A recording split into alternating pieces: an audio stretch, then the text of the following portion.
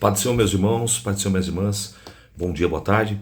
Propósito da leitura da palavra. Ontem eu li 5 capítulos, queria ver se alguns estavam atentos. Se alguns estavam atentos, hoje nós vamos ler 3, mas lembrando que é 4 no domingo e 4 no sábado. Então, hoje nós leremos o capítulo 15, 16 e 17, porque ontem nós demos 5, tá bom? Então vamos lá, dando sequência na leitura. Mateus capítulo 15, no subtítulo da minha Bíblia, diz assim em negrito: a tradição dos anciãos.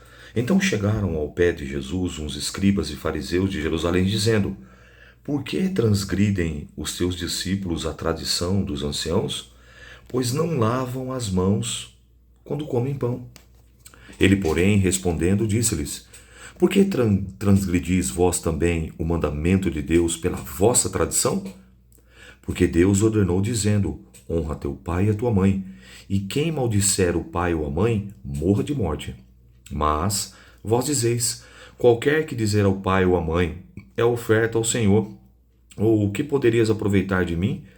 Esse não precisa honrar nem o seu pai, nem a sua mãe. Assim, invalidastes pela vossa tradição o mandamento de Deus. Hipócritas, bem profetizou Isaías a vosso respeito, dizendo: esse povo honra-me com os seus lábios, mas o seu coração está longe de mim. Mas em vão me adoram, ensinando doutrinas e preceitos dos homens. Então preste atenção nesse primeiro ponto, eu preciso destacar isso aqui.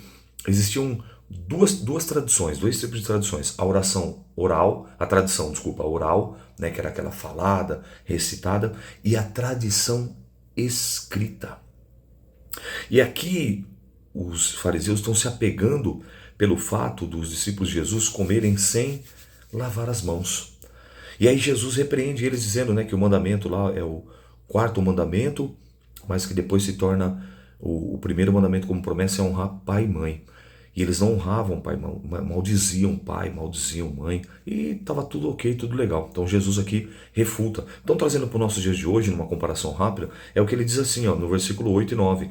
Esse povo honra-me com seus lábios, mas o coração está longe de mim. Em vão me adoram, ensinando doutrinas que são preceito dos homens. É aquele sentido hoje na nossa cultura, no nosso século 21 aqui, nós estamos aqui nessa outra área, outra região do Ocidente, que os usos e costumes, tipo o cabelo, a barba, o bigode, a camiseta, a bermuda, a saia, é tudo isso que ele está falando aqui. Naquela época era uma tradição. Só que nesse caso eles estavam se apegando aqui em coisinhas mínimas, no caso aqui o fato de lavar as mãos. Precisava pontuar isso. Então vamos entender agora melhor. Olha agora o desfecho disso. Olha como Jesus é sábio. Versículo agora de número 10. E chamando-se a multidão, disse-lhes: ouvi e entendei. Agora ele vai explicar. Ouvi e entendei. O que contamina o homem não é o que entra na boca, mas é o que sai da boca. Isso é o que contamina o homem. Então, cercando-se deles os seus discípulos, disseram-lhe: sabe que os fariseus, ouvindo essas palavras, se escandalizaram. Ele, porém, respondendo, disse: toda a planta que meu Pai celestial não plantou será arrancada. Deixai-os condutores cegos. Ora, se um cego guiar outro cego, ambos cairão na cova. E Pedro, tomando a palavra, disse: explica-nos essa parábola. Agora aqui vem um resumo. E aí Jesus, porém, disse: até vós mesmos estáis ainda sem entender? Ainda não compreendeis que tudo o que entra pela boca desce para o ventre e é lançado fora? Mas o que sai da boca procede do coração. E isso é o que contamina o homem, porque do coração procedem os maus pensamentos, os adultérios, mortes, prostituição, furtos, falsos testemunhos e blasfêmias. São essas coisas que contaminam o homem, mas comer sem lavar as mãos, isso não contamina o homem. Está vendo que sabedoria, que ensinamento? Que nós possamos adorar e servir a Deus em espírito e em verdade. Não apenas na aparência, não apenas na tradição, não apenas nos usos e no costume, mas em inteireza de coração, de corpo, alma e de fé. Vamos seguir. A mulher cananeia. E partindo dali, foi para as partes de Tiro e Sidom. E eis que uma mulher cananeia, que saíra daquela cercania, cercou, dizendo: Senhor, filho de Davi, tem misericórdia de mim, minha filha está miseravelmente endemoniada. Mas ele não respondeu palavra. E os seus discípulos, chegando ao pé dele, rogaram, dizendo: despede-a, que vem gritando atrás de nós. E ele respondendo disse: eu fui enviado, senão as ovelhas perdidas da casa de Israel. Então chegou ela e adorou, dizendo: Senhor, socorre-me. Ou seja, ela se prostra, ela se joga aos seus pés e pede socorro. Versículo 26. Porém, respondendo, disse: Não é bom pegar o pão dos filhos e deitá-lo aos cachorrinhos. Ela, porém, disse: Sim, Senhor, mas também os cachorrinhos comem das migalhas que caem da mesa dos seus senhores. Então respondeu Jesus e disse: Ó mulher, grande é a tua fé. Seja isso feito para contigo como tu desejas. E desde aquela hora a sua filha ficou sã. A segunda multiplicação dos pães. Partindo Jesus dali, chegou ao pé do mar da Galileia, ou também chamado de Mar de Tiberíades ou Lago de Genezaré, porque essas três cidades ali cercavam tanto a Galileia, Tiberíades e Genezaré. Então ora ele é chamado de Mar da Galileia, ora ele é chamado de Tiberíades e ora ele é chamado de Lago de Genezaré. E subindo um monte, assentou-se lá. E veio ter com ele muito do povo, e trazia coxos, e cegos, e mudos, e aleijados, e outros muitos, e os puseram aos pés de Jesus, e ele os sarou, de tal sorte que a multidão se maravilhou, vendo os mudos falar, os aleijados sãos, os coxos andar, e os cegos ver, e glorificava o Deus de Israel. E Jesus, chamando os seus discípulos, disse: Tenho compaixão da multidão, porque já está comigo há 3 dias, e não tenho o que comer. Não quero despedi-la em jejum, para que não desfaleça no caminho.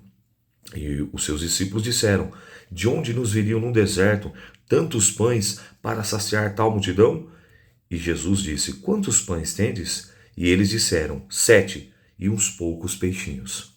Então mandou a multidão se assentasse no chão, tomando os 7 pães e os peixes, dando graças, partiu-os e deu-os aos seus discípulos, e os discípulos à multidão. Todos comeram e se saciaram, e levantaram do que sobrejou 7 cestos cheios de pedaço. Ora, os que tinham comido eram quase 4.000 homens, além das mulheres e crianças. E tendo despedido a multidão, entrou no barco e dirigiu-se ao território de Magdala.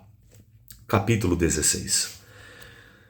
E chegando-se os fariseus e os saduceus para tentarem, pediu-lhe que mostrasse algum sinal do céu. Mas ele respondendo disse-lhe: Quando é chegada a tarde, dizeis: haverá bom tempo, porque o céu está rubro. Pela manhã, hoje haverá tempestade, porque o céu está em um vermelho sombrio. Hipócritas, sabeis diferenciar os do céu e não conhecereis os sinais dos tempos? Uma geração má e adúltera pede um sinal, e nenhum sinal lhe será dado, senão o sinal do profeta Jonas. E deixando-os, retirou-se. E passando os seus discípulos para outra banda, tinha-se esquecido de fornecer-lhes pão. Jesus disse: Adverti, acautelai-vos do fermento dos fariseus e saduceus. E eles arrazoavam, pensavam entre si, dizendo: É porque não nos fornecemos pão? E Jesus, percebendo isso, disse: Por que arrazoais em vós, homens de pouca fé, sobre o não terdes fornecidos de pão? Não compreendeis ainda? Nem vos lembrais dos 5 pães para 5.000 homens, e de quantas alcovas levantaste, ou quantos cestos levantaram, depois de todo mundo ter se saciado? Nem dos 7 pães para 4.000 homens, e quantos cestos levantastes?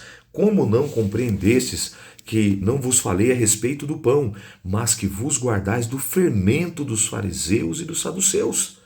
Então compreenderam que não disseram que guardasse do fermento do pão, mas da doutrina dos fariseus.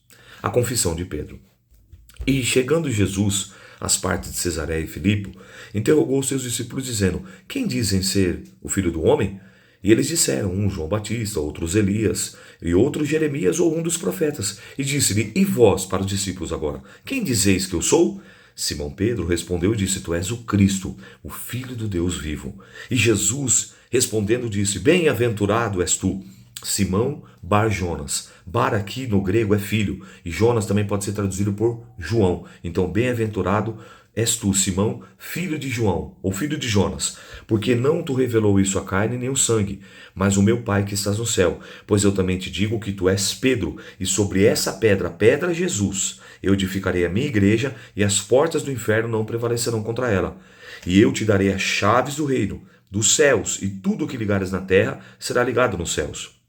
E tudo o que desligares na terra será desligado no céu.